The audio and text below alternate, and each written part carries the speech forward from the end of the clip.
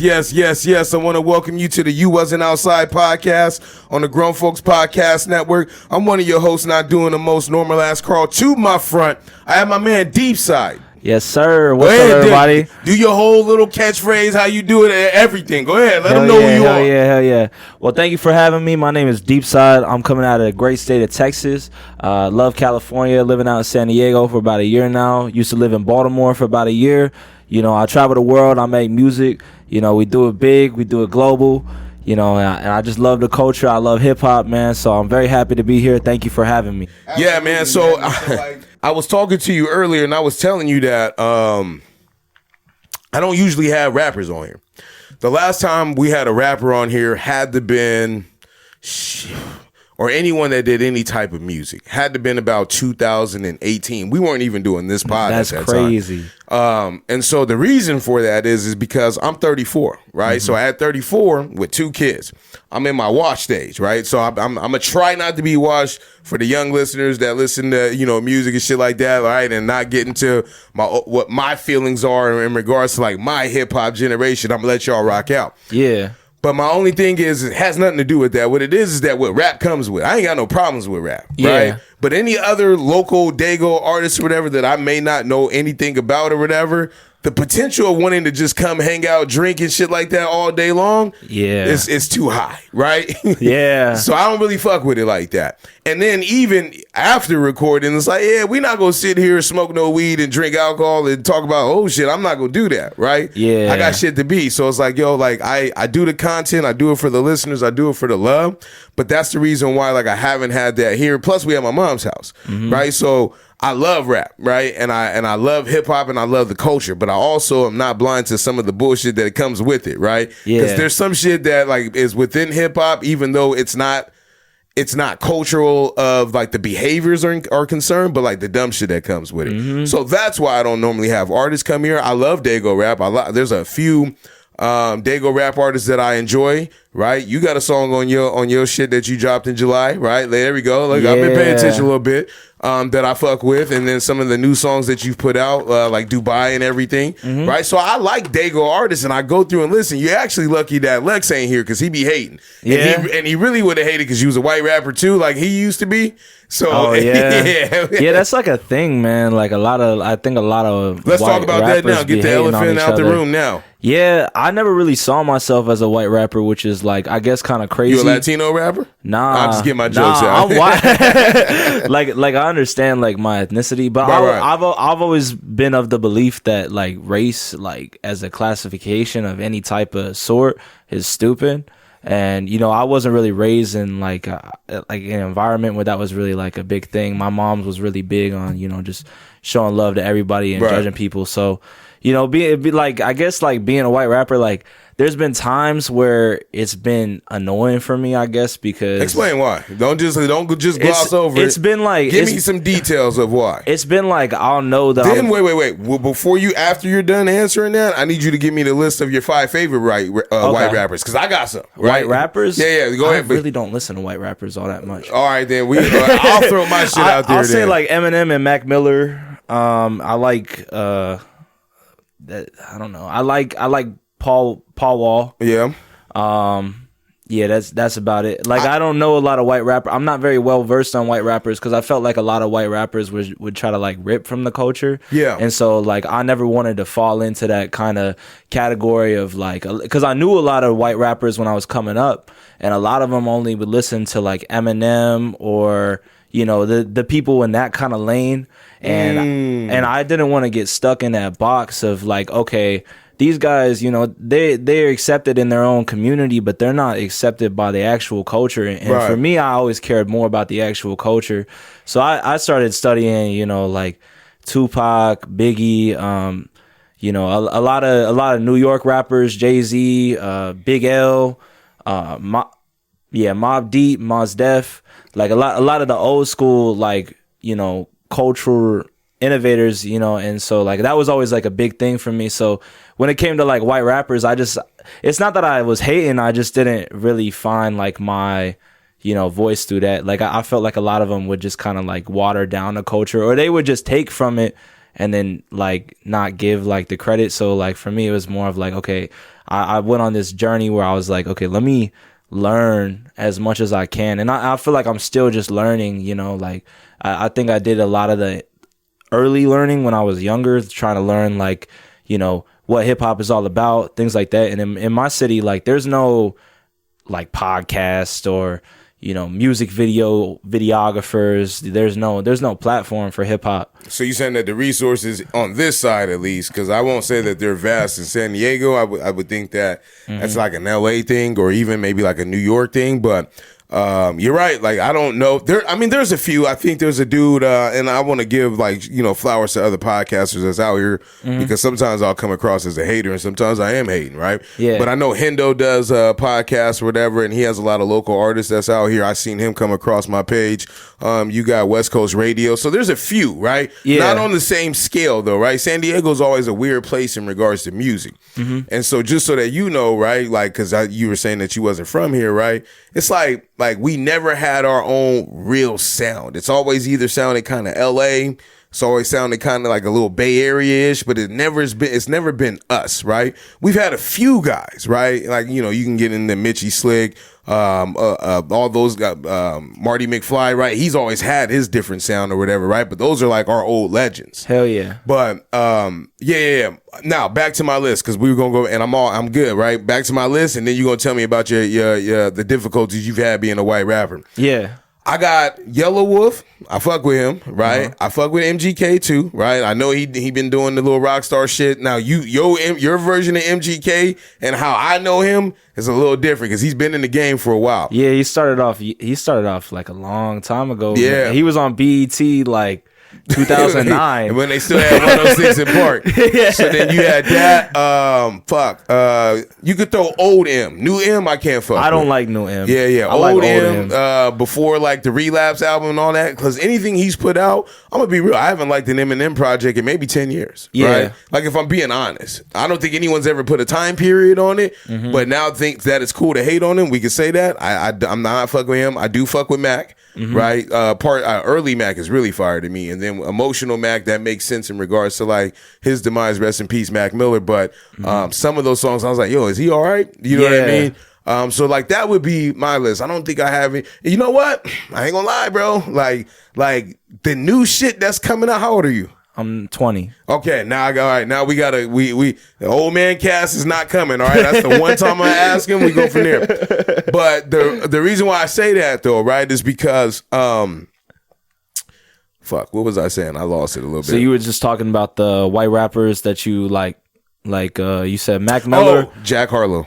Jack Harlow. I like Jack Harlow before he started putting on the suits. Yeah. I fuck with it though. Look, as a resident old head, like I fuck with it though, because like what I like about Jack Harlow's music is that it's gimmicky, right? It's like Drake-ish, right? I'll give it that. But he pays homage to old shit. Yeah. Like that's a fucking old Detroit record. Yeah. You know what I mean? Like, yeah. No, it's insane. Like if you didn't know your R&B like that, and it's like for me, that was like, oh, what, you know, and like my mom and dad did when shit was remixed and shit like that. Yeah, and Jack Harlow is really commendable because he didn't come up like how a lot of white rappers came up. Like he came up through DJ Drama. Yeah. He moved to Atlanta and he was working with the Atlanta rappers. He worked with Bryson Tiller. Like he was coming up like the way that I kind of want to come up. But I'm not like a revamp of Jack Harlow. I'm my own thing.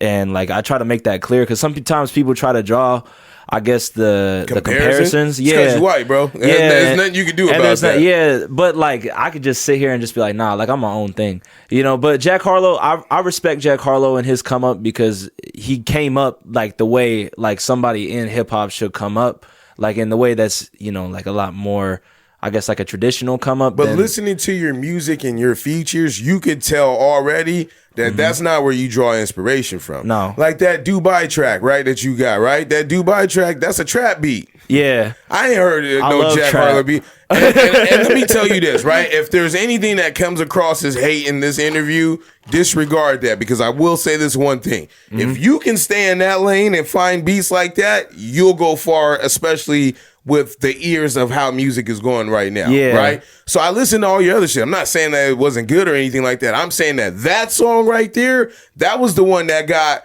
my son dancing when I was listening to it. That got me like, oh shit, what's this one, right? Yeah. Like the beat on it's authentic. Right, so if that's what you like about it, stick with that shit. I like because that it's you authentic. like that song, man, because that was not one of my favorite songs that I ever made. I made that because I was performing at an unmarked club in Federal Hill in Baltimore. No, he said unmarked, and then he said Baltimore. It was an unmarked club in downtown Baltimore, just like in the hood. Yeah, like, and so I was like, okay, I need some fucking shit that I could play at the club because out there, man. Like, they're fucking brutal when it comes to music. Baltimore is like one of those cities where they're super authentic about everything, you know. So I was like, okay, I need to make some club shit just so I could do this performance and not get fucking roasted outside of the building. Yeah, so and you're in a place with more black people, so I feel you there. You can do that shit here, but you can't do it over there. Like, you know, and going over there and try to act gangster and shit like that. Like, that's not really my thing. But like, I'm like, okay, like let me just do this club record just to, you know, do some shit. And I do all types of different kinds of music, but I love like trap. Like I love Metro, Future, 21 Savage. Like if you listen to my music and like people are going to look back on this interview and understand what I'm talking about because it's not out yet. But like a lot of this shit that I've been working on, like I've really been taking the time to do like the artist development and flesh out like a sound. And it's a lot more like trap, like, you know, and then I was doing some R&B, you know, because I feel like hip hop sometimes like we be forgetting about like the females, so that's always been another thing that's been kind of important to me. Making like, you know, I make like love songs sometimes just to show love to my ladies, you know, because you know they be in a club too, they want to have fun, so you know and like my biggest thing is I just always wanted to like innovate. I looked at artists like Ye. I really like Drake for his hits. And I really respect Ye and his artistry. I like 21 Savage. 21 Savage, one of my favorite rappers right now. I like Lotto, but I'm from the South. So like my music is a lot more, I guess, Southern influence, but I love hopping on some like West Coast shit too. Right. And you know, some East Coast shit. Like I love to travel and link with different artists in different cities, learn what they do, and then implement that with my own stuff. So I feel like a lot of my earlier material, like I guess that was one of the things that was kind of missing from it. It was like the personal aspect, because I used to just record in my room. I recorded in my room for about 2-3 hours every day for 4 years. Yeah, I've been doing it 6 years. I started off when I was 13. So when I started off, man, I was studying the culture. I've been really studying all this shit, like the way hip hop works. You know, I studied the way Wayne came up in New Orleans. All these New York rappers. West Coast is probably what I'm least well versed on, but I like that because now I can experience it in real life. And so like when I meet people like yourself educating me on a culture, like that's super cool to me. And just seeing like how it bops, because the rhythm's different like in each of these places that I go. So when I look back, it's like I have some really good like underground songs that, you know, I made in my room and shit. And I have a project coming out in April where I'm just putting back up a bunch of my old songs that I recorded from, you know, when I was in high school. Yeah. Just putting that shit back out, because I did like, I want to say I moved like 100,000 units. No, that's right. Yeah, and streams just on Spotify. And I took a bunch of songs down because I was really watering down my music because there was so much content. So I took the best moments of each of those songs, all the stuff that I felt like that was pretty defining of me at that time, threw it on one project. We're going to re-release it, and then it should be at like 100,000 just at first. But I feel you, and you know, and I want to backtrack real quick to what you was talking about, right? Because we kind of blew through a few things, right?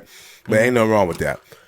Right now, like, how do you feel about the state of music with your current age right now and what you've been doing and everything? Like, how do you feel about like music? Do you think it's important to you to get signed? Do you think it's just important to have your music out there and have control of your shit, right? Yeah. Like. Right now, where you stand, your knowledge on music, where do you think you land? So yeah, I was thinking about this question, a lot actually. I would love to sign to a major label, but it would have to be one of those things where I wouldn't want a major label telling me what to do. You know, so I'm more interested, I guess, in like a distribution deal where they're just helping me with marketing and just helping push this shit out. Because if a label gives me an advance, I'm just going to take the advance and put it back into the music and the marketing and trying to make that shit go. Right. I don't give a fuck about money. Mm-hmm. Like at the end of the day, money always comes to me just because I know who I am and I know how to make money. That's not an issue for me. Mm-hmm. It's like, okay, if a label gives me $1 million, all these rappers go out, they buy chains, they buy houses, right? I'm gonna take that money and I'm gonna just reinvest it back into the music to make more money, you know. But I feel like the normal structure of a record label, like the deals that they be given, sometimes they give you $2 million, make one project. The project doesn't sell as well, and then they get stuck in this deal. So it's like a new way of them just slaving artists and just raping them and taking all their shit. And so I really think that we need to innovate on that aspect. But I don't have a problem with signing to a major label. I would just want creative control, and I'd want to drop as much music as I want to drop. So if I want to, and it's not because I'm lazy. Like, it's not because I would just want to just do one album and then be like, okay, you want me to put out a single. I don't want to make a single. It would be more of like, okay, I made this song. This song is hot. Like, let's get this song out. Let's make this a moment, you know, and I would need, and I pivot a lot. Like, you know, if I see something's working or there's a sound that I like, I'm an artist.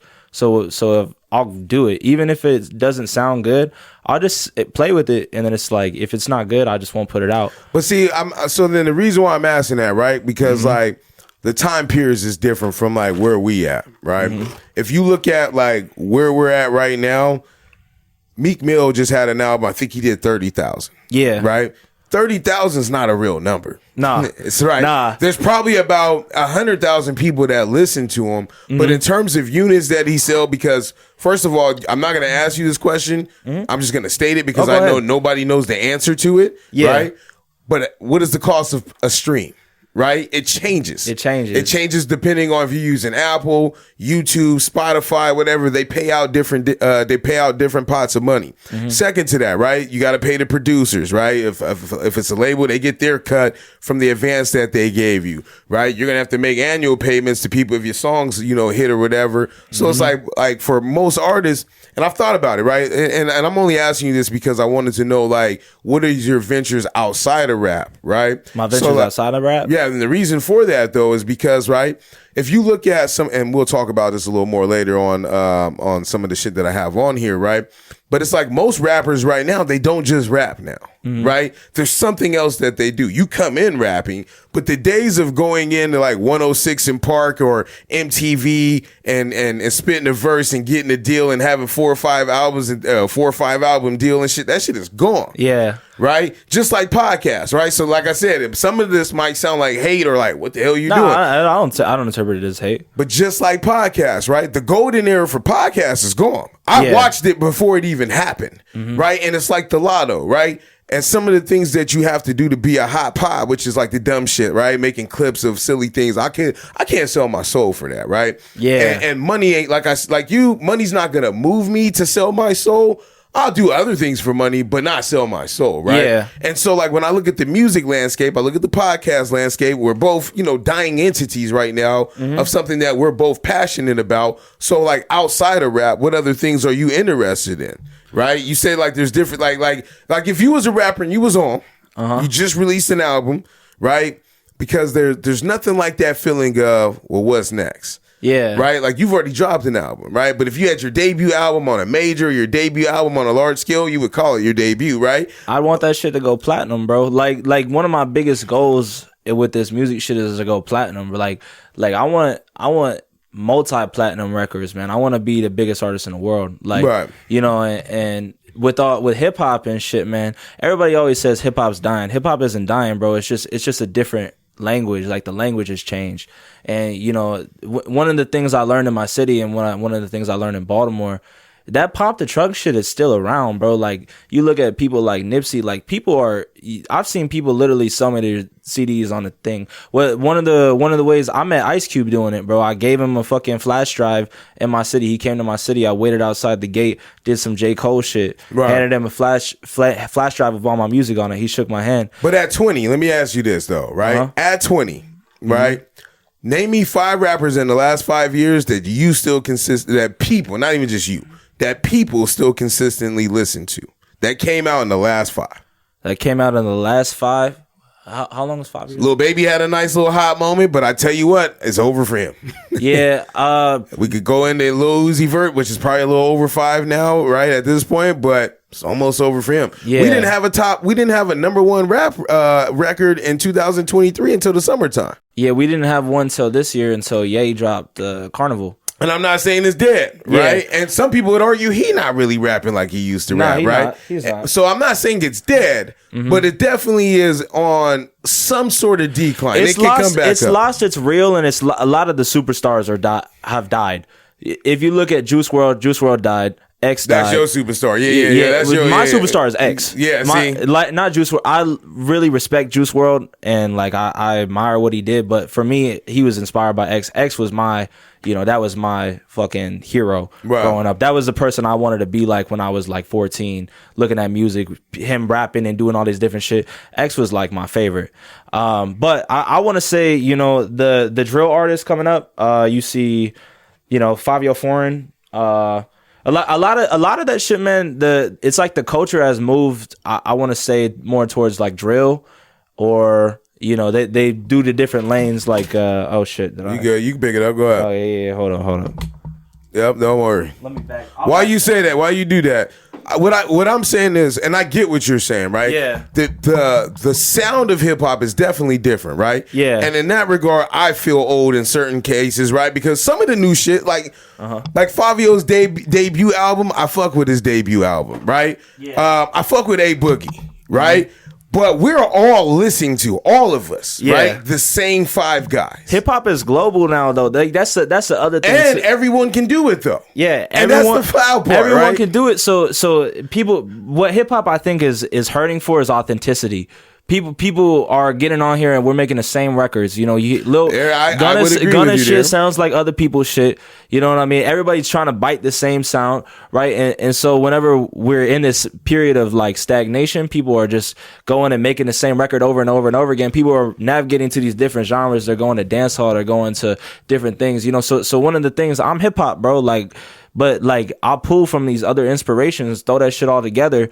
I'll rap on these different types of beats, but also you got to keep it real, and that's one of the things that hip hop I think is missing right now. People aren't being authentic to them. People are getting on here and just saying, "Oh, like I'm killing everybody." You see, and it's so much just murder and violence. One of the things I was talking to you about earlier was making shit for the females. Who makes shit for the females? You know what I mean? Who's making songs being Drake, like and he's successful. That's where the money is. But Drake is also I don't want to say R&B artist, but again, we're talking about rappers. Drake is definitely at the top right now, and I respect Drake. But your guys' music right now, and you said your hero is X, right? My issue with those type of guys, Juice WRLD, X, and all them, because I remember when they came out, and I remember that was like the tail end of me being outside, right? Yeah. Just outside. I'm outside, but not like that, right? I'm not out in the spots where there's women and drinks and shit like that, but I saw the tail end. Yeah. Like some of y'all that was like under 21 pre-COVID, I feel bad because like this version of outside is nothing like when I was outside. Yeah. And then the version of outside that I was in was nothing like the version of outside when I was 16. Yeah. Right? Because I was telling him last week, like Jonah, I was like, yo, Cisco Thong song came on. Like I used to think that Spring Break used to look like that. Yeah. It don't look like that anymore. Right? Like all the wild shit that they did back then in the 90s, early 2000s is different. Reason why I'm saying that though, my whole point is that the music that a lot of artists are making in this time period, right? Why I would argue is that it's not like, it may have dance or drill aspects to it where you can move a certain way, but it don't promote like together dancing. Nah. Like the shit that go, like, let me go find me one out there on the floor real quick. That shit ain't there. It's a bunch of isolation or throwing ones in the strip club music. Yeah. And I miss that about hip hop, man. And I think hip hop is such a beautiful art form that allows for storytelling, and it can allow for so many different sounds. Because hip hop is life, man. When I listen to it, man, and this goes all the way back to now and all the way back to when it started, man. This shit is music thrown together, made by the people. You know what I mean? That's hip hop is the people's music, and I don't think that's changed. I think people are just making it less personable because they want to, all these labels have their hands in the pot and they're trying to be like, oh, we just want to make the next hot song. But like if we're so focused on just making the next hot song, we lose that art. And that's one of the things I wanted to bring back to hip hop, being an artist, it's what's interesting is I see like 21 Savage. I don't know if you were following him at all. I ain't that much of a dinosaur. Shit, me and him probably about the same age. 21 went #1 on his most recent album, and if you listen to that album, a lot of it is just stories about, which is in my opinion, his best album. His best. I agree with you. Yeah, I mean, part of it is that like it was real shit. You're right. The art of storytelling in hip hop is missing, right? Other parts of it is authenticity, right? You're telling me right now that, hey, you know what? As somebody who is, I'm gonna just flat out say, a white rapper in this culture, nothing wrong with that, right? Yeah. And you can't get away from it because everyone's gonna see you for that for the first time first, right? That doesn't mean I see you like that, right? But I'm just telling you what the world is gonna be. Yep. But when you look at it in that perspective, right? The storytelling, the authenticity, right? You're authentic to yourself. Yeah. Which is fine. Right? If you came in here saying like, oh man, I carry a Glock 9, I'm always about that's the, not you know, me, bro. And it's like, yo, when I turn the mics off and you a different dude, I'm gonna be like, yo, I can't even put this shit out because I don't even believe I'm the him. same person on the mic and off the mic. And I can attest to that, right? But see, that's but the authenticity in rap isn't there. Also, like for the younger crowd, they become the users. Yeah. Right? I'm used to listen. We just listen to Jeezy. That's a deal. I love Jeezy, right? man. So it's like I look at it and I understand, like, we got, like, Lex is a purist, right? Like I said, and I would give you that classification, but just for your own time period, right? Yeah. But he's a purist. And when purists hate is when people deviate from shit, right? That's why we laugh all the time. Him and our boy Mark, they are both purists. Mark might text me after this and talk his shit, which is cool. Yeah. Right? But they're purists. And what purists hate is that when we get away from the original art form. Yeah. Me, I look at myself as the bridge between the purists and the new guys. That's why I always butt heads with them about certain shit, because I understand what's going on over here. Right? I lived through that transition. But then I ask you as an artist, it's like, yo, man, that's got to be some hard shit to navigate. You got to deal with streams. You got to deal with the authenticity of music in regards to like people, you know, doing what their rap say. I mean, even without that the case, 99% of hip hop is lying anyway. They're right? lying, but it's a double standard because you can have Young Thug get arrested and he can say all this shit, right? He make his lifestyle and stuff. They played it in court and they'd be like, oh, I didn't. You know, and I'm not trying to discredit Young Thug or say anything negative about him, but, you know, when rappers get arrested, they say, oh, the music is fake. You know, but then the listeners, they try to hold you to the standard like, oh, this shit is real. So if I say drop a op, you think I'm really killing people? No, I'm saying that shit because it's fun and it sounds good. Right. You know what I mean? And like, I'll just say that shit, bro. Like, you know, and I think hip hop has moved away from that. And I think in a way that's better because it's like, okay, we can actually just express ourselves and be creative. Well, it's hard to get paid, right? Yeah. It's hard to get paid because when you make lyrics such as that, right, you bring around crowd and fan participation such as that. You want to make money off of touring, right? All right, cool. I make money off of touring, but now they shooting up your venues when you come out, right? Because that's the type of music that you bring about.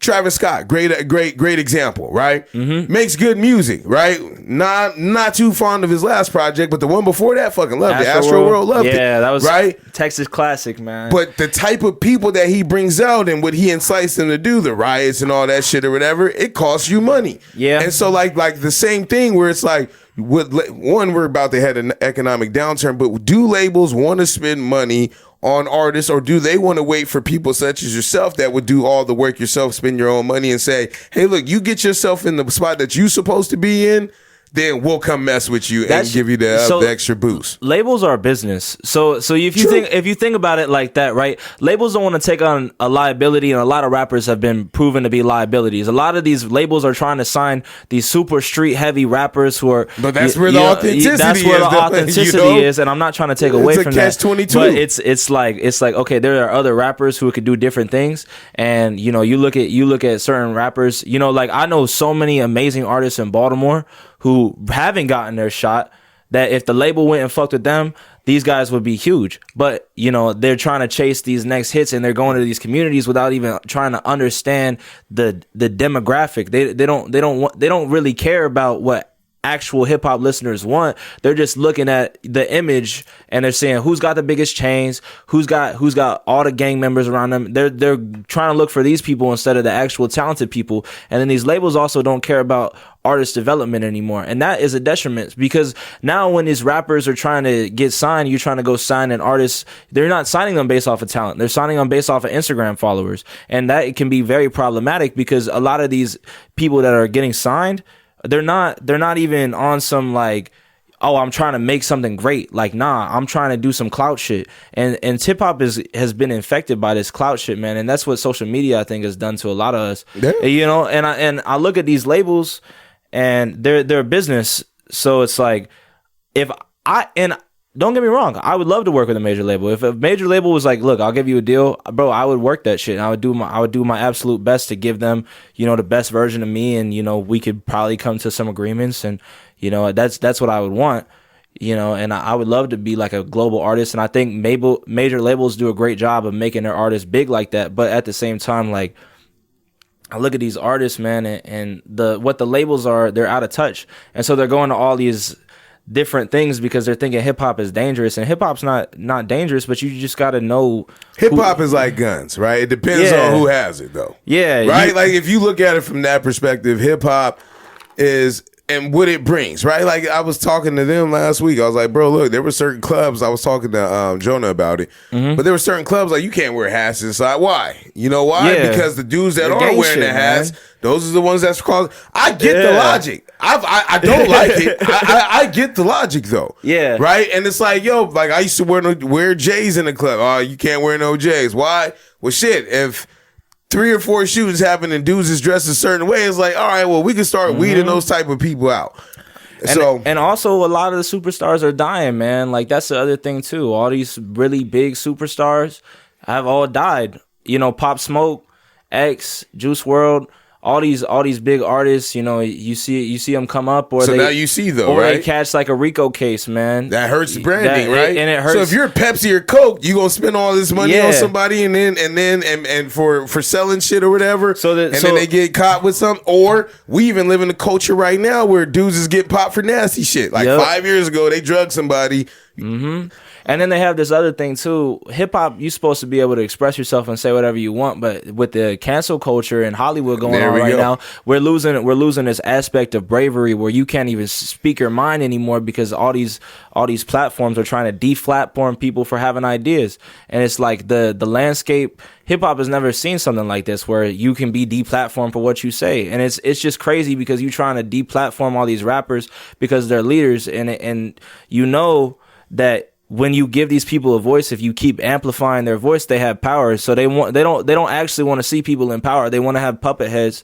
You know, people, they don't want the real voices of the community. They want the fake voices, you know, going and tell everybody to take drugs, tell everybody to go shoot each other. They don't want a Nipsey Hussle educating people, trying to, you know, tell people how to get money. They don't want. They'll take them, but I mean, at the time that they'll take them would be when it's almost a little too late to make those transitions, right? Yep. Or you've made that transition, but still the past still leaks at you, like you just talked about in regards to, you know, Nip. But you have to show yourself. Nip was on that same thing, right? He had been putting out shit since, I want to say 2012. Yeah. And you telling me that he didn't get hot for another 7 or 8 years? Why? Because he had to fund things on his own. Yeah. Right? And that's what I was asking you. That same question, right? You trying to figure it out. But like part of me would just love if a major label came in and was like, boom, now I got Apple Music, now I got Spotify. Right. You know what I mean? I'm not very controversial. Like I'm not the type of person, I'm not hateful. You know, I'm religious, so like I pray to God, you know, take all the hate out of my heart. You know, teach me how to love everybody and, you know, how to learn from everyone. And, you know, I'm not in it for the money. I'm in it for the growth and just developing myself. So when I see all these artists, man, and these labels, like if a label picked me up, I would love to work with a major label. And I want to make that very clear. But it's also like I would want them to care about my long-term growth. And a lot of rappers sign deals without even having the education. They're not ready for a deal. Yeah. You know what I mean? And so like they don't even know how to work the fucking system. They don't know how to make their moments and keep the spark going. And so sometimes it's not easy to do though. You know what I mean? Like it's I mean, because the way you're saying it is if like it was like a 1, 2, 3 on how to do it, but it's not an easy thing to do. My question to you is, right, with the track that you're going on right now, what could you do to improve upon your music, getting your exposure, right, or getting to the places you want to be? What do you think you need to improve on? Okay, so the biggest thing I need to improve on, There's a couple different things, and there's a couple things that matter to other people that don't matter to me as much. Definitely my image. I'm not rocking like the flyest chains or the flyest, gear, and that genuinely doesn't matter if the music is great, but it would help sell more records. Right. And that's important. Definitely, I want to say. So I've had a couple moments where I've gone really, really hip hop, and I've just rapped my ass off. Yeah. And I've had moments like that, but now it's like, okay, now I'm trying to make songs that are, catchy and people can vibe out to them. But now I've made a bunch of those songs and I haven't released them yet, and they're gonna slowly start coming out. But it's like, okay, now how do I go back to the artistry? As of marketing, I need help marketing. That's definitely a big thing. Sometimes I get super caught up in the creative process, and for me to do marketing, I have to pull away from that creative process to do the marketing, because I run this shit like a business. The things I need to improve upon, becoming more profitable, doing more shows. Could you see yourself still doing this if you didn't make any money off of it? Yeah, I love hip hop. So it's not even about I make like 15 years from now, you still making songs? Fuck yeah. All right, then I've been making music since I was 13 years old. So this is something that makes you feel good anyway. This is my love, what. man. Right, there we go. I love hip hop. So then, like, hip hop is technically your side and main. It's everything to me, right, man. I love this shit. Like, this is the thing I go to sleep about and I think about. I think about this shit all day. I sit there, and when I'm walking to work or wherever, I'll literally think of like, yo, what am I gonna say for my Grammy speech? What am I gonna say on this podcast? Yeah, sometimes you gotta I'll listen to this shit, man. I'll listen to Charlemagne the God and like all these people. I'm like, well, what would I say if one of these people try to put me in a situation and say something, and because I'm aware of how I look, right? But that doesn't define me, in the same way how you look doesn't define you, you know what I mean? And, True. and so many times, bro, in America especially, and this is in other places too, people are so caught up on your skin color that they don't even want to see past it. And for me, like, it's not a struggle, but it's an annoyance because I know I'm a dope artist, and so I don't like when people try to box me in and say like I can't do this and I can't do that. Well, the good thing is what you're talking about. The beauty in hip hop is that gangster rap is a subgenre. Yeah, you know what I mean. Like, you can do whatever you want with it, and I think that from the lane at which you're at right now and the things that you're talking about, you're not, like I said, you're not selling people something that's completely different of like what's authentically you, right? Yeah. So it's like, I think that with that being said, you can continue on the path that you are. No one would have a problem with it, with what you do. I guess the way you come across in the hip hop scene, I understand now. You're passionate about it. Yeah. And so the route that you're taking, right, heads up, right, doesn't necessarily mean that there's going to be a financial means to it. That's why I asked you. Like, I understand the type of pod that I do, right? There's a chance that it may blow or a chance that it may not, but I still enjoy doing it. Yeah. Right? That's what, like, my want and thoughts of doing this podcast 6 years ago led to you and I being in this room today. Yeah, right? And I'm grateful for that, man. It's like, if I'm the chitlin circuit before you actually make it, fuck it, then let it be that route. Yeah. Right? Or if I'm the chitlin circuit before someone else actually makes it, cool. Somebody's got to be a gatekeeper, right? Yeah. To say like, oh, this is cool. Like, I understand where my position is as a podcaster. So talking to you and hearing, your love for like music and everything reminds me so much about myself in regards to the podcast game.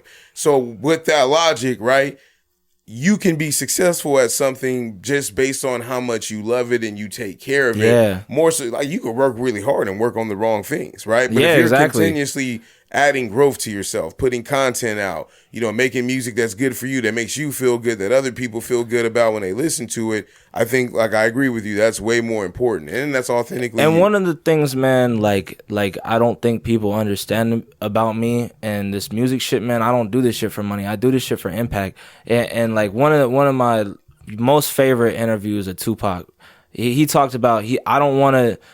He's like, I don't do this shit to change the world, but I do this shit to spark the minds that are gonna change the world, and that's something that I, live by. I don't do this shit just to, you know what I mean. I care about the kids, and so when I make music and shit, man, I don't do drugs, I don't drink, I don't get out here and fuck all these fuck all these girls. Like I'm not that. I'm not that. I can say it. I'll talk my shit, man. And I mean, I could back it up with some crazy ass stories. Like I've done some crazy shit with girls, but I mean, at the end of the day, I'm not the type of artist who's trying to promote like negativity to the youth, and that's something that I genuinely care about. You know, and I think it's bigger than just, you know, black and white, or bigger than, you know, rich or poor. And, you know, like my family has had a lot of money and we've had not a lot of money. And I've seen a lot of different sides of things, and I've traveled, you know, I've met different people at different situations. You know, and one of the things that is upsetting, I guess, about the culture right now, it's reflective of the time that we're in. A lot of people are struggling, but a lot of people are a lot more isolated. You know, you go outside and you see homelessness on the street at a level that's never been like that in America ever. You know what I mean? There's so many people, you know, inflation's bad. People can't afford things. People aren't getting out. They're not moving out and buying houses and shit, man. They're struggling. A lot of kids, you know, they don't even know what they're going to do with their life. You know, and I always wanted to be the kind of guy, you know, I have a dream, and I want people to see me get my dreams so I can show them that they can do their dreams too. Yes. You know what I mean? That was always I want to say that is probably the most important thing to me. You know, it's like I didn't fall into all this negativity, man. My city, man, nobody makes it out. Nobody makes it out. There's not one famous person I can name from my city. I'm the first person out here in California doing this shit, man. I'm the first person in Baltimore doing this shit. I'm the first person from my city to even leave and still do this shit, man. And so it's like I look at all these people, man, and they're so scared to even branch out and try. And you know, the world will just sit there and just tell you, you can't do this, you can't do that. And they'll say, oh, you look this way. Oh, you're black, you can't do this. Oh, you're white, you can't do this. Oh, you come from this place, you can't do this. Your parents are these people, you can't do this. And people won't even try. And it's like the greatest successes in life have always been the people, everybody says that they can't do it and they still did it. I wear the Lakers jersey. I don't really, like, I like basketball, but I don't follow basketball. I wear this shit for Kobe, man. Because Kobe, man, I look at him, he had that mama mentality. He literally sit there and he would work. He outwork everybody until he made his dreams come true. So that's the mentality that you come in. That's the great mentality, man. I got a mentality of greatness, man. Yeah, you know. But here's the thing, right? Where you're at, and I'm hearing you, right? Yeah, that's where you're gonna have to figure out, like, yo, all right, I have a body of work. Mm-hmm. And I gotta do something with it now, right? Because we can make shit all day. Yeah. Right? Like, yo, I can make something that's fucking amazing right now. Mm-hmm. I still gotta sell it. Yeah. I still gotta sell it, right? Because with life circumstances change, you know, years from now, you start having kids, right? Whether it be 5, 6 years, 7, 10, whatever the number you want, right? Mm-hmm. You start having kids, whatever the case, family, whatever, who knows? You gonna want something. Yeah. You gonna look back and say, you know what? I want some cash. But I'm saying, right, my whole point in saying that piece is that you still got to sell what you create. My question to you, and then we're going to go off into the rest of the episode. So I wanted people to at least understand you from the music side. Yeah. Now they can fuck with you from the human being side in regards to, like, hey, man, I really fuck with him, so I'm going to support his music. I want to say one thing before you ask your question. Yeah, so whenever you said... fuck, I had it and I lost it. So you were saying, you know, you still have to sell it, right? You still got to sell it. I think, and for my people watching, this is going to be something very important that I want people to understand. Just because you're not living your dream and you're making money from your dream doesn't mean that shit's not going to happen. And that's when having faith is going to become very important. And that's something that's always been very important to me. Yeah, I don't have everything that I want. You know, there's a lot of things that I do want right now that I just don't have. I can attain it, I can get it, but I'll have to work for it. And like you said, what I'm saying. You still got a studio at the house.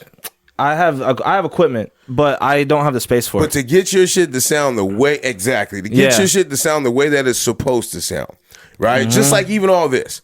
I needed funds for it, right? So if I'm not flipping revenue from podcasting, it's coming from somewhere else. You gotta grind, man. So I'm not telling you that, oh, hey, that's not the case. I'm saying that if you're going to spend money on certain things and you know that it's finite to a degree, right? It's like, all right, I got to go buy new mics. The shit goes out. Something breaks. Something falls down. Whatever the case may be, right? I gotta buy new shit. You gotta so fund that's it. what I'm saying. Like, yo, it's like an artist. They go out there and they paint. I swear to God, selling art is probably one of the hardest things that I've seen somebody do, because art is subjective, just like music, right? So you can paint something that's about as large as this fucking TV right here and be like, yeah, I'm gonna sell this to you for $1,400. Yeah. And I'm gonna be like, yo, I don't even know who you are from Adam, and you want me to give you $1,400 for this? That's why I want to be a billionaire, bro. Because if I had $1 billion, I could make whatever I want, and I could make it the flyest shit ever, you man. can, but you got to find out how you gonna get $1 billion too. I'll fund it, man. That's how I be thinking. I'm like, I'm not trying to shoot you down. I'm fucking feeling you, right? Yeah. When you go home, you say, yo, how do I monetize this shit? Yeah. Right? Because like, yo, if what I feel and the passion is within this shit, how do I get somebody? Shout out to the people that doing their shit out the trunk. That's what taking my dad be $5 saying, CDs man. and shit. He's right though. My dad is one of the most realistic people, and this shit used to always get on my fucking nerves whenever I was still gotta sell I was it. 16, 17. He'd be like, all right, yeah, that's cool, but like, are you making any money? I'd be like, nah. Sometimes you gotta answer, so you might have to get you a chain. You know, I'm starting and like just saying, give me a chain, you bro. might have to get a chain. You might have to get some silver. I'm gonna need to get some quick. chain money though, like because you know what I hate though, and I'm part of this victim too, right? Yeah. Which is why I've kind of opened up, and that's why I know Jonah and shit, right? When I first started this podcast show, I don't fuck with none of these other podcasters out here. Kobe mentality. Yeah. I'm about to be better than all them. My setup gonna be crazy. My sound's gonna be crazy. Right? The reception's gonna be crazy. Like all that. But then I realized, like, yo, just like when they got older in their career, him being Kobe, Tiger Woods, you start fucking with the young guys again, right? Pause. But it's like you start messing with the young guys in terms of like, yeah, for real. That sounds crazy on the listen back. But you start messing with the young guys because it's like, all right, let me start giving you some game on some shit that we could have got better at. And it's not on some like, yo, change what you doing or whatever. My shit is like a keep in mind, right? Keep in mind, like whatever you produce, right? You're going to have some type of revenue, whether it comes from rap itself or something else to feel whatever you enjoy. Yeah, right? I fund this shit from my 9-to-5 job, man. I make it look like I got management and I got a team, bro. It's just me. You didn't even have to say that on the mic, man. Yeah, you just keep lying. He's got a whole team. It's me. I got a whole team, man. There we go. There you go. That's fine. Don't be telling nobody that you're out here faking. You might want to edit that one out. But yeah, like I look at this shit, man, and I make it, you make it look official as fuck. And people in the industry get confused, and it's all perception. Like one of the biggest things I learned is perception is reality. I fund this shit from my 9-to-5 job, bro. I made $1,000 in revenue off music, and then I got different content that's generated different amounts of income. Right. But music royalties. Bam, I got you. Wait a minute. I got you. You know I got you. Because 20 minutes ago, I asked you, right? I said, yo, is there anything else that you're interested in outside of the music? Because nowadays, you can't just do music. And your ass just told me about 2 or 3 different things that you're interested in because you now know that the music isn't enough subconsciously. It's not enough to make the money, but the music has been it's like my passion. But then there's different things that branch out. Tupac did movies. Right. You know what I mean? I'll do some fucking movies. That's what I was saying, give me a But the question is, are you interested in acting though, right? Yeah. I mean, I don't give a fuck, man. As long as I can fund my music and as long as I can do this, man, I'm going to do this shit for the rest of my life. All the other shit, man, you know what I mean? I want to be a leader for the youth. I want to be somebody, people look at it and it's like, bro, like this is like the guy I want to be like. I used to look at rappers like superheroes, bro. I didn't fuck, I fuck with superheroes and shit, but like, yeah, I used to look at these guys with these success stories, Kobe, Kanye, Drake, X, like all these people that were really it's popping. So crazy when you say your heroes. It fucks me up every time. Go ahead, though. I mean, I know it's different, but I would, Tupac too. Right. Tupac, I look at these artists. I just look at it like, not that I look at it different, like I'm hating. It's like, y'all got so many though. Yeah. Like I was asking somebody the other day, I don't even want to go. Anyway, I don't want to go down that road because we'll be down here forever. Yeah. But my last question to you is this. When's your next project coming out? My next project. When do you want it to come out? Well, my figuratively speaking. Like my debut. Yeah, because then you dropped one in 2023, right? Yeah. So my last project dropped in 2023. I dropped a total of 11 projects. Okay. Total. I took a bunch of them down because they were super watered down, and it was shit that I started with when I was like 15. Right. And so I took a lot of that music down. And then I started rebranding, redoing a bunch of stuff in 2023, late 2023, when I went to Baltimore. I started over, right? But I had generated a lot of streams off of my old music that I'm putting back on April 29th. So if you're looking for something full length from me, that'll be 17 of my old tracks on April 26th, actually. April 26th. It's called Deep Side the Lost Tapes, and it's just all my biggest songs from the years of me making shit in my room, you know, and like some of those songs were big. But I want my next like real project is March 29th. It's a collab EP between me and my artist Vice Trini. He's a young dude in Baltimore. He's like 15, 16. Yeah.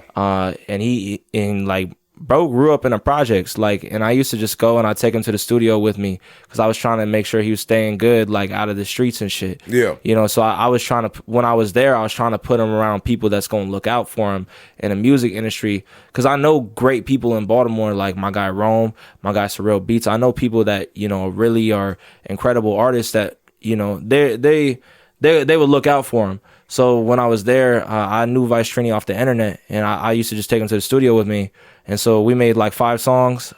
So that's gonna be my next project, and it's gonna be cool, man. We got some of that like Detroit kind of shit with Baltimore, and then, you know, just some of our old, like, you know, new shit kind of sound. So I'm pretty hyped for that. I had him do like a different kind of record that I've done, but like I said, man, I care about the youth. So yeah, I love being able to be like, okay, yeah, bro, like let me help you get to the studio and do these different types of things. You know, that's who I make the music for. Like, right. You know, I want like what I was saying. I want these kids to look at me as like, you know, how I used to look at these artists doing their thing, and I want to actually help. Absolutely. And I want to actually be able to, you know, go to these different communities and not be on some negative shit, be on some positive shit. Yeah. I think if I had a lot of money, nothing would really change about me. I think maybe I'll get a house, maybe I'll get a new car, maybe I'll get some clothes to help sell some music. But I don't think I would go crazy with the money. I think I would just put that shit into shit I care about, youth programs, going to these, man, when I lived in a city in Baltimore and in San Diego too, but San Diego's not as hood as Baltimore is, man. Baltimore, like, you went out, man, you were in the projects, like there were about 4 or 5 streets. Everything, you know, it's safe there. You go out, the rest of the city is the projects, man. And so like one of the things that I really started to care about was like, you know, people in the inner city, you know, no one's really like looking out for them. You don't see Mr. Beast going to the projects and giving people a bunch of money. You see him, you know, going to these small towns, and I commend him, but, you know, I want to kind of give back, you know, especially to my community, you know, with hip hop. Like, I love hip hop. You know, the people that buy my music, I want to actually be able to have the power to help somebody in need, and, you know, even go to these communities overseas and do something positive. And, you know, that's another thing I think is missing in hip hop, man. There's nobody trying to be a positive influence. And there you go. And so that's the gap I'm trying to fill. I'm not trying to fill no fucking, you know, I'm not trying to be Lil Baby. I'm not trying to be Drake. I'm trying to be the guy. You know, I want to be one of the greatest for my own pride, but I also want to be one of the people that can just give back to the community and just show love, you know, and help the kids. Got you. And give them a blueprint of how to make it out, like how Jay-Z gave a blueprint to us, you know? Yeah. You know, and that's kind of my mentality when it comes to who I am. Yeah, I mean, you know, good luck to you, bro. You got to stay on it, and remember, there's 2 sides to it, right? There's the creative side, and then you got to get the business in order if that's where you know your heart desires for you to be at. But all right, man, that's my man Deep Side. He's still hanging with us, though. Get them hand claps a little louder. Now, let's give him a little more. There we go. Get a little louder. Hey, thank you guys for watching, man. If you're watching on YouTube, make sure you leave a like and subscribe. You know, also follow my man on all the platforms, man. Grown Folks Podcast Network, man. If they here, they already found me, man. Hey. But some people watching and they not subscribed, so make sure you fucking subscribe. I appreciate it. Leave a like on this shit and share it, man. If something I said or something we said, you know, sticks with you, man, just share it, man. You don't know how this could affect somebody else. So just think about that. But yeah, my Instagram is at deepside999. Also follow me there. Follow my music, you know, Deepside with a $sign on all platforms. But really show love to this podcast, man. It's a great podcast. Appreciate y'all. So what shows you watching right now on television? Right now, just to give you some time, I'm watching, I watch Vince Staples' show, right?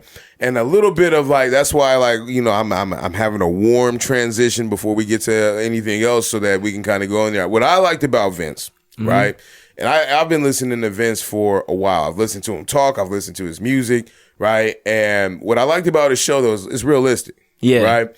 And some of the things that we were talking about earlier on in the pod, right? That's what I liked about it. In one episode, he goes to the bank. Yeah. Right? Have you seen it? No. Okay, so Vince, I don't really watch a lot of TV. All right, that's fine. Nothing wrong with that. We can go ahead and bounce off of this.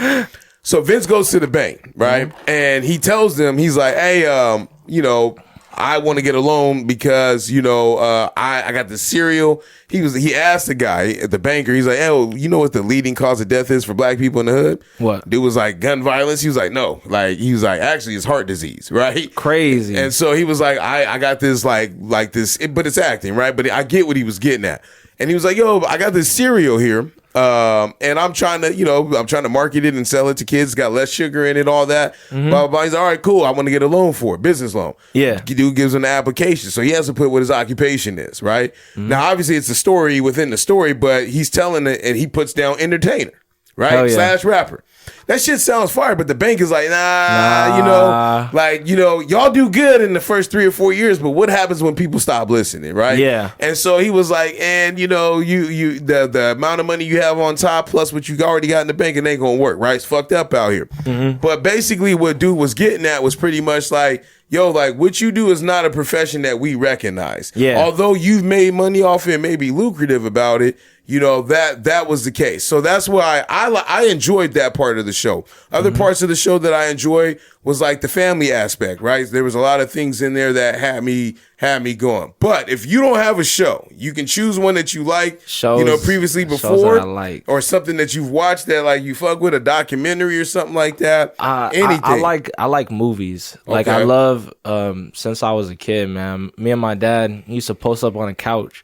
And my dad would work a lot. Yeah. Like, he was a single father for a long ass time before he met my stepmom now.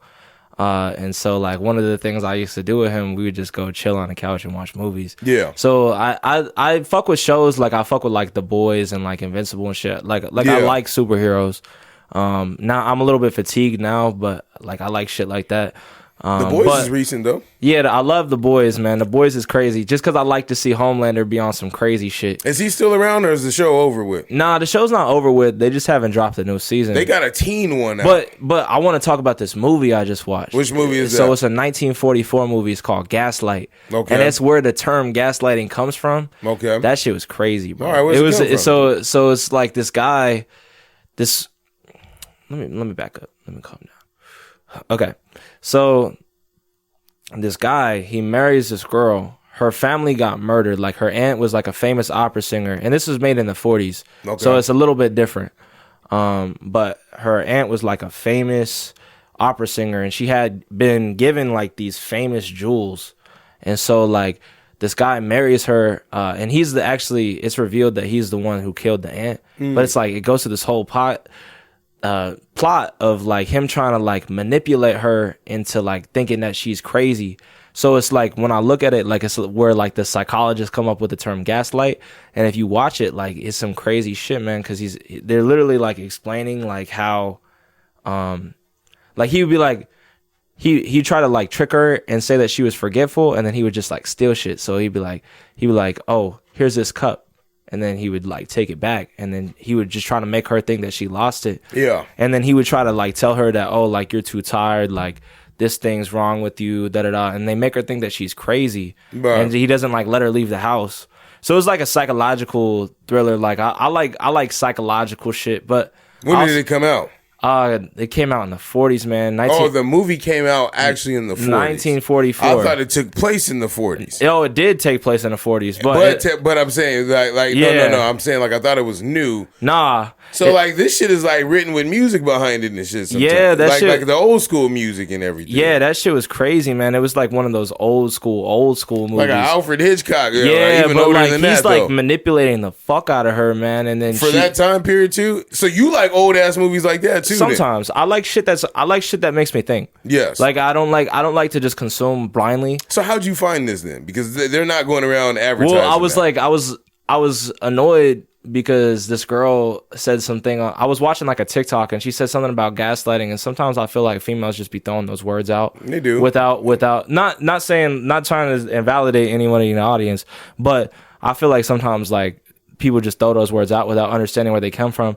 So I'm a very analytical person sometimes, and so I was just like, okay, like where does this come from? Yeah. And then I track it down to this play called Gaslight, and I'm like, I'm not gonna watch no fucking play. Right. But there was a movie. I was like, oh, this is interesting. So I start watching the movie clips. I'm like, yo, this shit actually looks kind of good. But you know, it's funny that you said what you said. Is that if I gaslight you, Yeah. and I do it, who gives a fuck? Yeah. I sound old as shit saying that, right? But it's like who cares? that's what we do. If I gaslight you and you gaslight me, we're just two gaslighting people. Who cares if I gas? So if like it's funny because like that's what the girls is telling y'all right now. Because like if I was in y'all era right now, oh, you're a gaslighter. So and like you don't have to hang out with me. I feel like a lot of people try to do that emotional manipulation shit. Like oh, that's the time we live in. Yeah, right like that's they try to just manipulate your emotions, and it's almost like very self-centered. With the mentality of most people today is like you act like people give a fuck about like your feelings so much that they don't have anything going on in their life. Like it's almost like that's a fire point to say. It's almost like so selfish that you think somebody else should care about what you have going on. Like, and I'm not trying to say this to be a dick, but it's just like no, the way you're saying it is right. So let me make sure we clean it up so you don't come across like that. What you're basically saying is that people have an unreasonable expectation that I should be in tune to your feelings, thoughts, and actions about certain things all the time. If I don't even know you, or if I do know you. I'm not gonna, bro. I swear to God, and maybe people gonna feel some type of way about this, but I don't really give a fuck. I don't give a fuck about people unless you're genuinely like in my circle, or you're like my girlfriend or my family member. But like at the end of the day, like people are so self-centered today, and it's what. So I think it's a big side effect of social media. A lot of people see this social media shit and they're just like, oh, me all the time. You think somebody, you know? And one of the things that I've seen in real life, nobody gives a fuck if you feel sad. Like at the end of the day, I could feel sad tomorrow. I still gotta go to work. If I don't go to work, I go to jail. You know what I mean? Like. It's like okay, I still got shit to pay for. You still got to take care of your kids. You could feel sad at the end of the day. You still got to be a father. Right. It's you have responsibilities, and so everybody, you know, they just say I'm not and like I said, there's certain shit that we've done now. Like look, there's certain things that our time period that shit was cool that like I agree now that you shouldn't say. Yeah. Like when you're talking about people of the gay community using the F word. Yeah, right? I think that's fucked up. Yeah, that's crazy. What's the other shit that we got that's out there that smear the queer was crazy, right? Yeah. Like all the games like that. So it's like, you know, like certain things I'm like, yeah, I get it. Like, you know, let's not like put them out like that. But there's a lot of like, well, what about me types right now? And I'm not saying this to encourage hate towards other groups of people or, you know, bring back. But what's wrong with that? Yeah, look. I'm here to stretch it, right? There's no other mammals on this planet that fucking like respect each other the way human beings do. Yeah. If we're being real crazy now. Well, fucking lions, you know, they gonna kill the fucking new guy and all his kids. They kill alligators. And then they take his girl. They fight alligators. You know what I mean? They all fight. Whales fight each other and shit. We act like it's almost unreasonable, this new line of thinking that they're trying to push because it doesn't exist in reality. Yeah, it's great on paper. Like communism is great on paper. Everybody's equal, but in real life nobody's equal. Like there's just certain people who just end up on top all the time. And so like a lot of this new age thinking of like, oh, like I should care about your emotions. You don't give a fuck about my emotions. You know what I mean? Like let's just call it how it is. I'm not saying like we should go bash like the gay community or whatever, but you know, or say like, oh, we should be hateful, bring back racism and shit. Like that shit's dead. But like sitting here and just trying to be like, oh, I should care about what you're doing all the time. Like it's just corny to me, bro. Yeah. Like, and it's not realistic. Like, you know, I think everybody should just respect each other and just go about your fucking business. You know why? And also so many people push people to get into therapy. Like that shit is like not just paying somebody just to sit there and listen to you, bro. If you want some, like, I think therapy's stupid. I'm not gonna agree with you there. I don't know. I've been to therapy. Yeah, I think that what matters is that who is your therapist? I guess. Like if you had a based on your likes and wants, I'm gonna go with like something that would be fucking like a diamond in the rough for you. I'm sure if you had like a therapist that wore J's and like he was cool as shit and like gave you dap like when you came in, you would fuck with him a little bit different from like the ones that you probably had previously. Yeah, I guess maybe that's a little bit of an ignorant thing for me to say. I wouldn't say it's ignorant. I think that like given the information, and first of all, there's nothing wrong with being ignorant, right? Because if you don't know something, you just don't know it. I mean, I've been to a couple sessions and that shit was mad weird to me. But were any of them like the dude I just described to you? Nah. You get what I'm saying? Yeah. Because if you got that, which they probably exist, just probably in Atlanta, right? But if you got that, Atlanta would be cool, man. I'd love to go to Atlanta. I've never been. But I'm trying to think of like places where they call Atlanta like Wakanda. So you're gonna see all kind of shit over there, right? Yeah. But like if you existed in a place like that, bro, or I mean, if that existed in a place like that, then I feel like you would be like, oh, you know what, this shit ain't even that bad. Let me like flesh out my point right quick, because I'm not saying therapy is stupid in the sense of like talking about your emotions isn't stupid. I just think the idea of going to therapy to find something wrong with you is stupid. Like, what about processing it? Like, I guess, but I mean, like I've been through shit, bro, and like at the end of the day, you gotta move on. Like, and it's like, I get some people can't move on, and I don't want to come off as insensitive, but it's like again, it goes back to my point that I was saying a second ago, where it's like, it's kind of just selfish just to expect the people just keep caring about like everything that you do. And it also just feels like the therapist is just kind of using you. Like they're monetizing.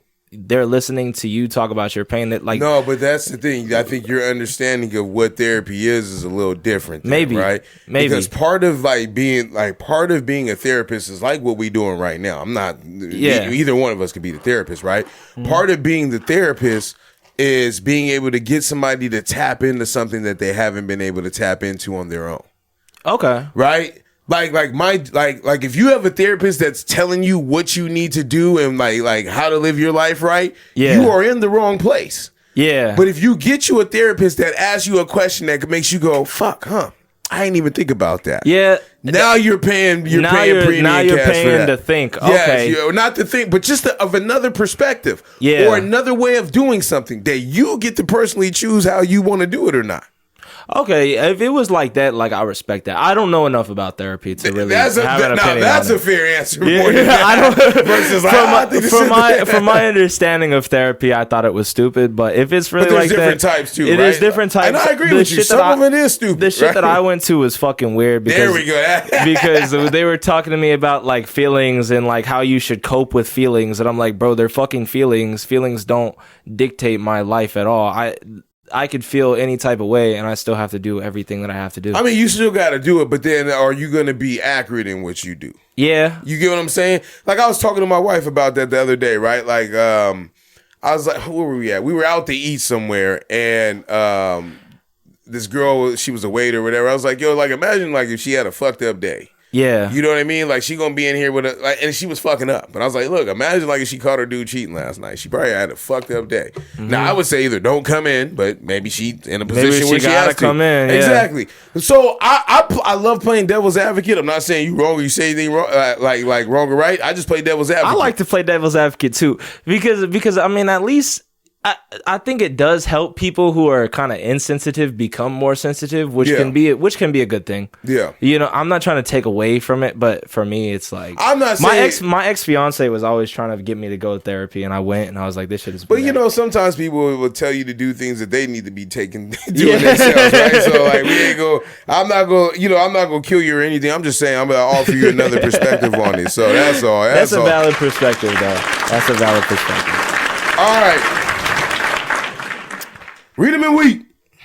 Was I in the wrong for asking guests to pay their half of food costs at our wedding? So we are getting married, and I asked my partner if we should ask for half of the food costs due to monetary restrictions. For context, it would be $9 a person they would pay. Nobody has to travel except for my partner's mother, who I, of course, wouldn't ask for anything. My partner says this would make me look bad. Am I in the wrong? I don't think there's a right and a wrong with this. With All this right, situation. I'm ready to hear this. Go ahead. because I could see it from his perspective. Like, okay, yeah, so making me look broke. I think this is the wife's perspective, and she said that her husband would be embarrassed. Fiance would I think I would be more on the side of the fiance being like, yeah, this is gonna make me look bad. Like, we'll just pay for everybody's food. But I mean, I don't think there's anything wrong with asking people to pay for food at your own wedding. If they want to come, they know, like, you know, they know what they're there for. But the only way I would agree with you on that point, right, is that if it's based off of knowing your people. Right? Yeah. Me and my wife got married. We didn't get a lot of gifts, right? I got gifts from like my closest family members, right? So pretty much everybody came, ate, left, dipped. That's what I was saying. Like, okay, you're gonna charge people to, you know, come in and do your wedding. You're charging them. Okay, don't act like you're fucking special. Then, like they're paying you for something. So, like, if people want to do things, like, okay, you're not.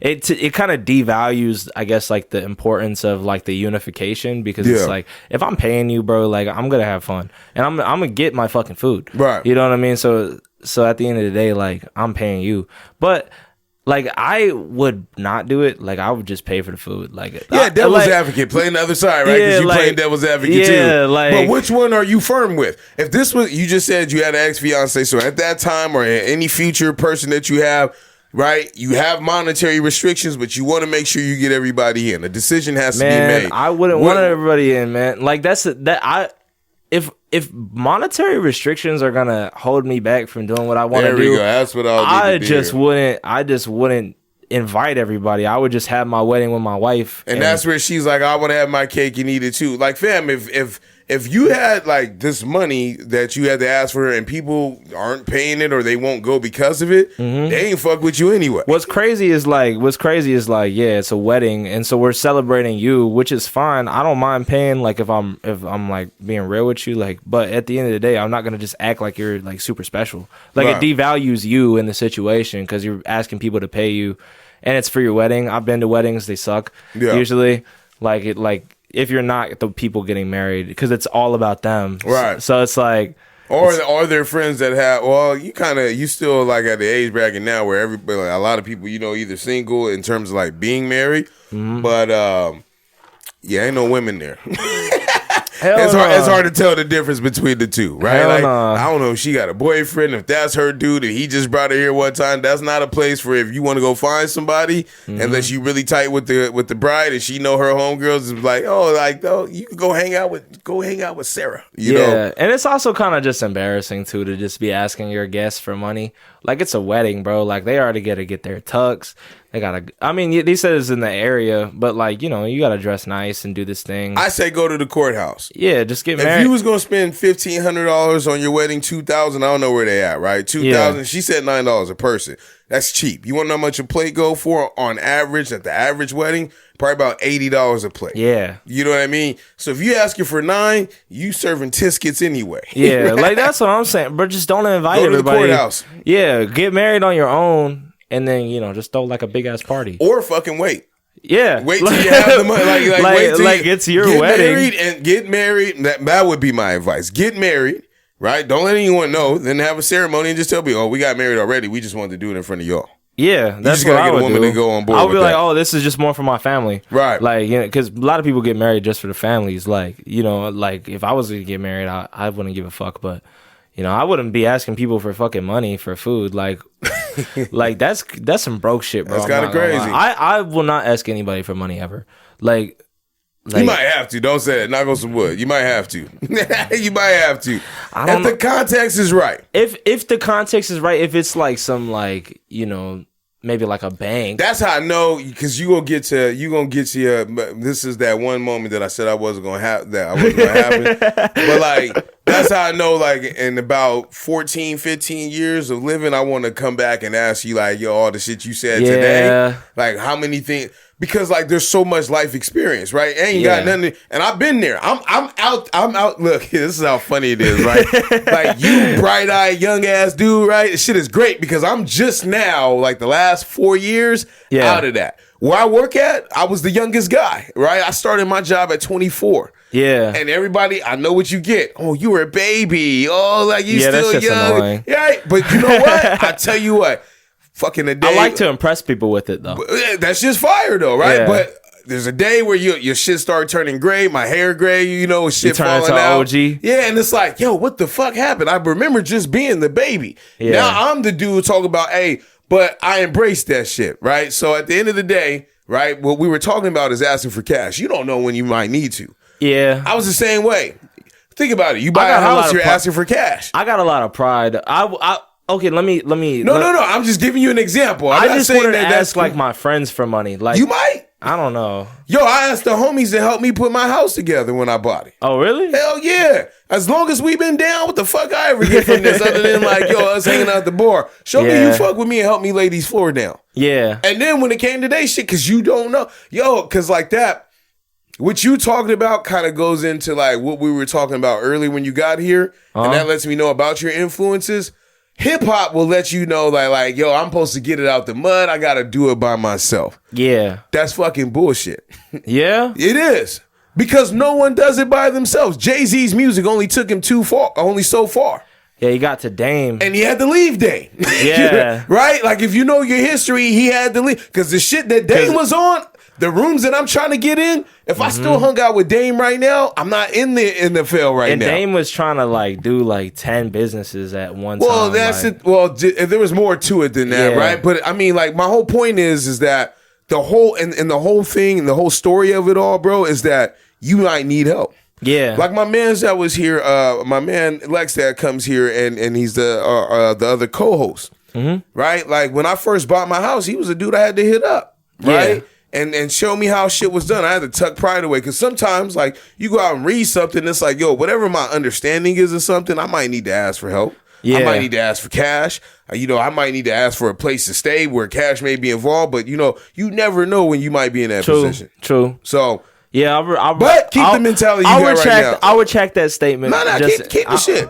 I'm just telling you, like, keep it. You can keep it in here, just don't say it. Yeah, because like you may feel that way, and that shit is gonna. And ring. then somebody gonna pull up the interview and be well, like, not even just that. It's hard as fuck though when you say it, right? I ain't gonna lie. Like when you be like, yo, I got it out the mud. And there's some people that did, but some people that do, they be capping too. Like, yo, bro, you got some help. Like, nah, like I would love some help. Like I said earlier in the interview, man. If a major label was like, yo, like, we want to sign you, take you all the way. Yeah, I get what you're saying. You talking about friends and shit. But. I would love, bro, like that shit would be nice. Yeah. But like I kind of have this mentality where it's like, okay, nobody's giving me a handout yet. So it's like why would I expect anything different? Like, oh, how you talk that changes it. When you start saying expectations, then yes, because you could be waiting forever for somebody. That's to help what that's more of my like my line of thinking, I guess. But if you was in a jam, you would take the help. Yeah. Okay, there we go. I'm humble. Like I'm humble enough to listen to other people and accept help when I need help and ask for help if I need help. But like I don't really like asking for help because it's like usually I can figure this shit out on my own. But I'm a good organizer and like I could just listen. But when I think of the people, man, like nobody's ever made it easy for me to make it in hip hop. Like nobody's ever been like, oh, you're exactly what we're looking for. I'm gonna take you to the top. That hasn't happened for anybody that's ever done hip hop. That's what I'm saying. Because a lot of guys when they get on right in music and all this other shit, right, they switch up after an album or two and they show you who they really want to be. Yeah, like whatever the fuck going on, and I don't want to overkill it on music, but this is my last point. Whatever NBA YoungBoy is on, that wasn't the guy that y'all got initially. Nah. That's what I'm saying though, right? Like when you get on, the person who you really want to be shines through when you have the security, the financial security to be like, all right, I can be whoever the fuck I want to be. Yeah. Like Kanye. We got little sprouts of that in 04, 05 when George Bush was president. He's like, George Bush doesn't care about black people. But guess what? Every week he does that now, right? He does some shit like, and now he's financially secure. He can do that. He can do whatever he wants. Back then he was in there like, his mom would close, hey, stop. You gonna fuck up your opportunity. Yeah, don't fuck up your opportunity. That's my thing too, man. Sometimes I gotta hold my tongue because I'm like, Shit, the music will change you no matter what anyway. If and when you do get on, right? Like it's gonna change you. When I get on, man, I hope that I'm still able to like listen and not think I'm better than you know, everybody else. Like I'm just very competitive. You need that. Yeah. My bad. You need that though. My bad. Yeah, I hit the button. But you need that. Like that, the competition is cool. I'm not mad at that at all. Yeah. You gotta come out here with a dog. Look, what I'm not saying is to come out here like, hey man, I just take things how they are, man. I just try to make some music and make it blossom, bro. Peace, brother. Like I'm not telling you to do that. Like how Lil Yachty was with Joe Budden. Anything. Did you see that? You can do that too, though. I mean, like he still that works. But you still need bravado in music. Yeah. You get what I'm saying? He has bravado in music. He doesn't have to be confrontational. Joe Budden's confrontational. Yeah. Right? But what I'm saying is that you can have bravado in music and still be like respectful though at the same time. Like a humble brag. Like, hey man, I'm about to whip your ass in this. You know what I mean? Something like that. All right. We get you on to the next. This probably be our last one just in case. So okay. Here we go. Fun facts. Now we're gonna have a bunch of random ass conversations about this. Oh, don't worry, they're gonna hear the hand claps on there. All right. I was just trying to hit that shit. Oh, he was aggressively clapping. I was just feeling that it. was the first time I ever seen somebody even clap while I was. Bro was really out there. I just like to do it, man. That shit's fun. I was like, yo, I'm really about to lay the audio on top of this video. We'll be straight. He's I was just vibing. I'm doing this for the culture. Oh shit! I caught the wave. Fun facts, a bunch of random shit that we could talk about. China has direct ownership of every living giant panda around the world, even if they might have not been born. Even if they may have been born in another country. Any panda found outside of China is said to be on a loan and has been given the term panda diplomacy. That's crazy. That's random and it's fun. I don't have an opinion about that. You don't need one. I just never thought about that. Now but we have a conversation to come out of that. Mm-hmm. You said you're from a small town in Texas, right? Originally. Yeah. Y'all got a zoo? Small city. Small city. What's the name of the city if you don't San mind? Angelo.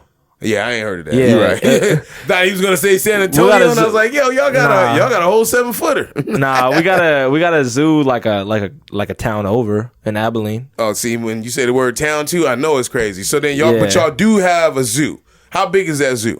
Is it as big as the circle of houses we got here? Oh, you never been there? Nah, the zoo out here in San Diego is fucking massive. There we go. You answered my question. Right? So part of my question to you, part of my question was like, did you come here? So being there at undisclosed amount of time and here undisclosed amount of time, but not being from here, you went to our zoo. In my mind, like all zoos are fucking like created equally, right? Yeah. As a kid growing up, I'm talking like 18. I'm like, yo, we got a zoo. That shit world famous and shit. Maybe fucking any other city got a zoo. Yeah. So I told you I went to Fresno for a little bit. Mm-hmm. We had the zoo called the Chaffee, the Chaffee Zoo. Chaffee Zoo. Yeah, they would say Chaffee or Chaffee. Chaffee sound kind of crazy. We'll get you some ointment. But the Chaffee Zoo.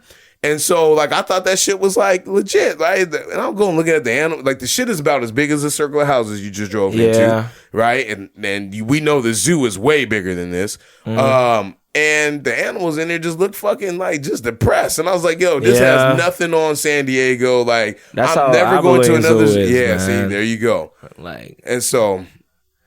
And the pandas. Y'all ain't got pandas at Abilene, I'm sure. Hell no, we ain't got no fucking pandas. Ain't a bunch of pandas anywhere. Man, we got fentanyl. Bro went straight to the fentanyl. It's crazy. We got fentanyl and fat bitches at Walmart. I thought he was gonna say something completely different. Bro said we got fentanyl. It's crazy. Nah, like that's a real problem where I'm from though. But like people are actually dying of that shit, man. No, it's real sad, man. It's a problem like everywhere. My ex's sister actually like passed due to fentanyl. So yeah, that's a crazy. I'm not trying to make light of that, but like that shit, yeah, like it's a real problem where I'm from. It's a problem here. I mean, at this point, I think it's everywhere. But in my city, man, like it's a lot. I guess it's a lot more prevalent. I guess because there's. I want to say like the biggest issues I've seen in my city is like teenage pregnancy. A lot of people get. You live in a border town? We're not on the border, but like a lot of people coming from border towns will go to my city. So it's a city of about 100,000 people. Most of it is like it's. How far are you from Mexico? I don't know off the top of my head. More than 4? Like not not super far, but we're not super close either. Okay. That's my answer. We're close to like San Antonio and Dallas, but it's still like 3 hours away. No, I got you. So okay. it's like, but like the biggest problem in my city is like a lot of people have that like stay broke mentality. Like, you know, a lot of people will work at like 7-Eleven for like 20 years and like it's normal, you know, and then like. But where else is there to work though in a small town? There's nothing. That's what I'm saying. Like, you gotta leave. You gotta. Yeah, and so like that was like a big thing. Like, it's always been important to me too, trying to set that example. Like, yo, you can make something of yourself. But I want to come back and like really put on for my city, like the way like, you know, all these rappers put on for their cities, man. I want to put on for my city too. Right. You know what I mean? There's a lot of talent, but you know, so many people leave because there's not a lot of opportunity. And so that's where, you know, that you got to ask yourself, yo, is it even worth coming back? Yeah. Well, I don't want to go back to like live, but I want to. I go back. We'll do a turkey drive every once in a while. I had a homie who was like super like.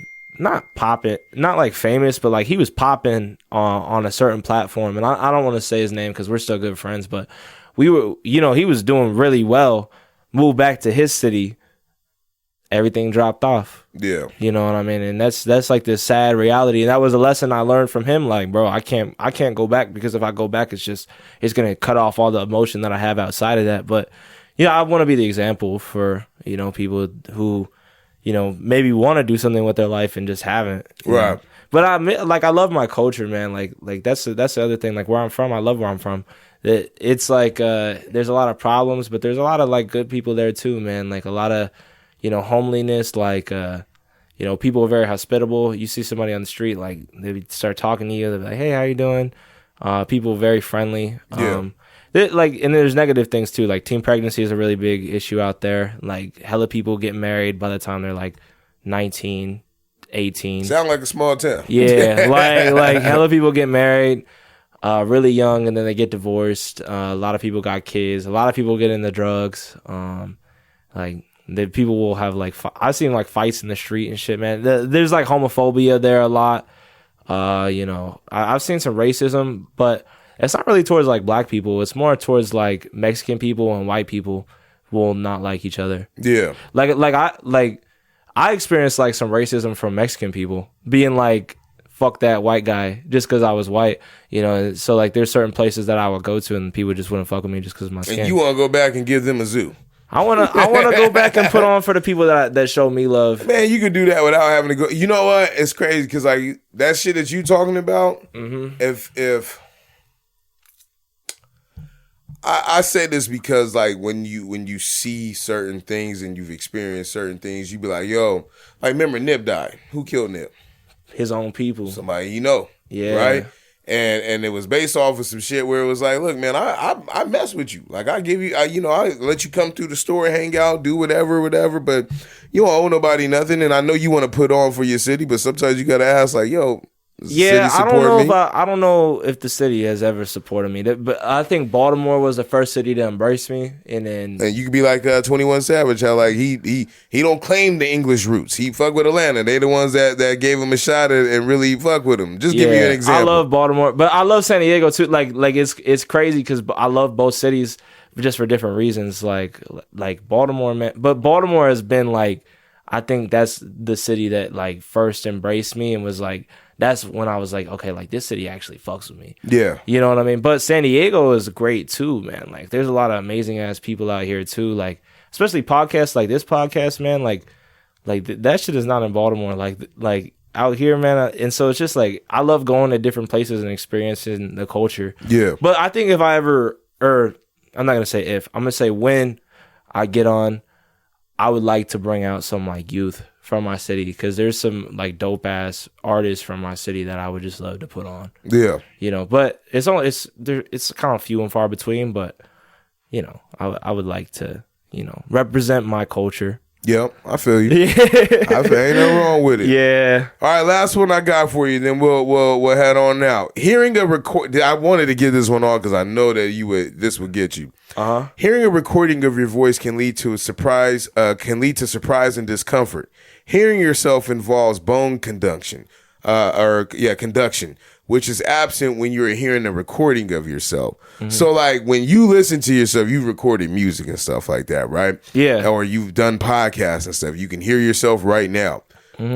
It sounds different from when you're speaking and you hear somebody, then you hear a recording, you're like, yo, I really sound like that? Yeah. Well, obviously, because what this is saying is like the way your bones and stuff like that are constructed and how you hear things, right, is completely different. So hearing a recording, you're like, oh, I really sound like that? Lex has like this like nasty ass like voice that he hates. I think it's cool. Yeah. Right? But nah, his voice is cool. Yeah, he hated it. But like, he'll tell you like, oh, my shit sucks. But I think it's because he's hearing himself. Yeah. But when I hear it, it's like, bro, there's nothing wrong with you. Like, you know, but how do you feel about that? Like, has there been songs that you record and you're like, yo, you know what? I don't like the way that sounds. Man, my early stuff, man, when I was like 14, 13, my voice, when it was changing, was fucking ass, man. I listened to that so you have recordings of it, bro, too? I have recordings that go back to the time I was 13 years old. I used to, like I told you, man, I'm hip-hop. I started this shit from the jump. I was recording, you know, songs. I made YouTube videos when I was in like 7th grade, and then I transitioned that. Y'all get music. All the cool shit, bro. We didn't have that, bro. Like that's how I be feeling about the kids too, because I used to make my music on fucking iMovie, like a little. That's like, still fucking. Yeah, but the kids now they got BandLab. They can put auto-tune on their shit, man. That shit be tripping me out. Fire, yeah. Because I be seeing that shit like 16-year-olds. You know, like their music sounds way better than my music when I was 16. But it's because the technology is better. Right. But I'm sure like that's how people like, you know, from your generation feel about our shit too. We used to record on like tape recorders and shit like that. Like, and put that shit next to you. Had to wait for the song to come on the radio or some shit and be like, yo, I'm about to, you know, get into my bag real quick. Yeah, like I used to record on iMovie and be like, yo, this shit is fucking crazy. Whack. And all the fucking rappers used to roast me for my production for like 3 years. That's crazy. And my voice was just not good because I wasn't confident in just talking or like just using my actual voice. Yeah. So I would try to do like these inflections. And so it would just sound like really whack. Oh, we're going to play that. I mean, I got it on. No. You gonna play it later. We ain't gonna play it. I ain't about to have you out here crowing. my inflections though were different. And then I guess my accent changes every now and then, like just depending on where I go. Yeah. And getting around different people. So sometimes I'll like. Oh, you real Drake-ish. Yeah, like I don't mean to be. I just travel a lot. So like and like I mirror sometimes. Yeah. And I don't intentionally do it. I just do it because it's like I try to fit in with the environment that I'm in. Right. You know, and so like, bro, you better start being yourself. Bro, I'm doing better at it. Yeah, I'm doing better at it. But like when I was starting off, like especially being in Baltimore, like a lot of like people, they be people I was around who was really from the street. So I was not trying to be like corny as shit. Like, wow, yeah, but sometimes there's safety in being corny too, though. Sometimes I'll be looking at myself though, and I'm like, damn, like I'm corny as fuck. Like, so like, that's funny. I really like my voice, funny. Like, cause I've trained my voice to talk. I've trained myself to talk like super cool. But like sometimes. So what are you saying? You this is your black voice? I was dating, or do you got a white voice? This ain't my like cool voice. Like this is just my normal ass voice. But like it's like talking kind of like smooth. But like, man, when I was dating this girl this one time, man. She was from New Mexico, and like I started copying her accent on accident. And then, but like she like wait, what accent? They New Mexico people have a different accent. She be saying like weird shit, man. Like different people be. What is she? Mexican, white? She was like Mexican. So I would try. Oh, she had a Latino accent. Yeah, but like it was like a fucking New Mexican accent. I've never heard of anybody from New Mexico. Bro, they have accents. I swear to God, I can't do it off the top of my head. But if I'm about to Google this later on. I don't even need your help for this one. The New Mexico accent. I started to do it on accident.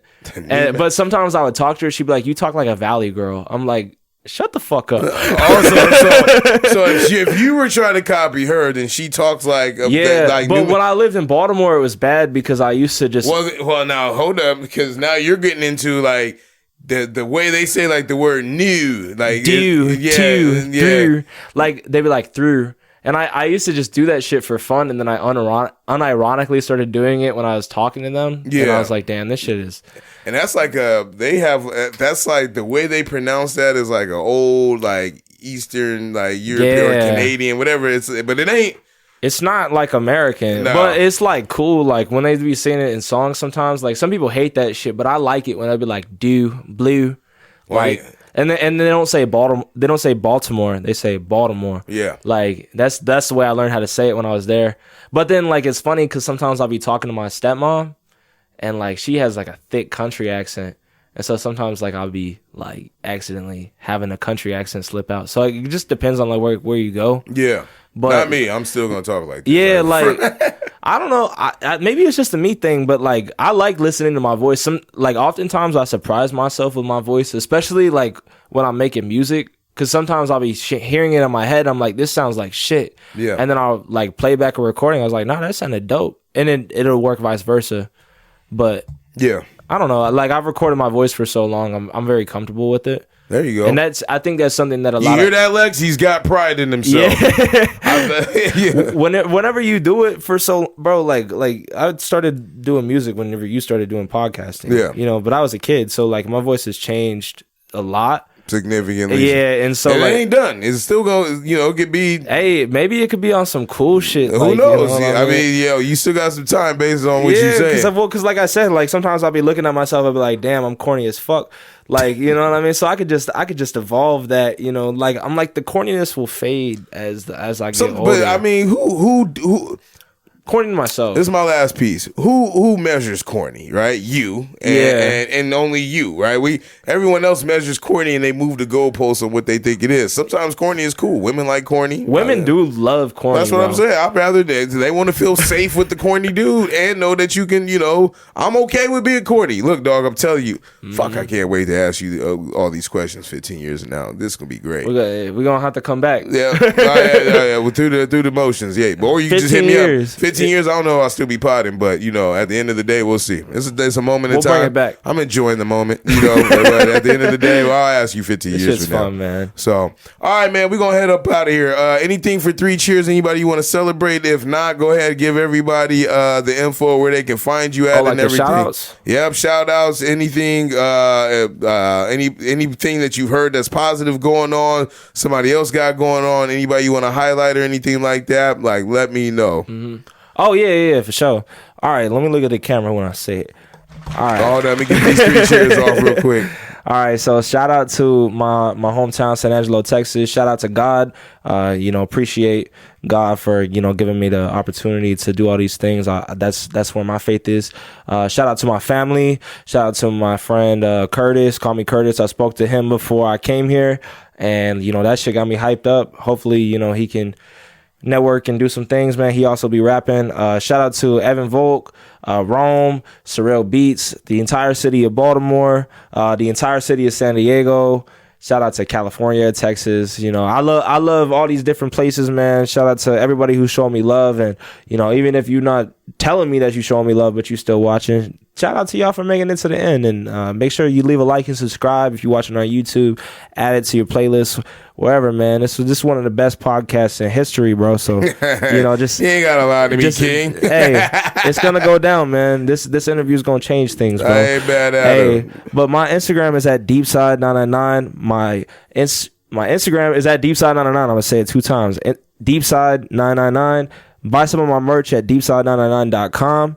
And then if you want to stream my music, it's Deepside with a $sign on all streaming platforms.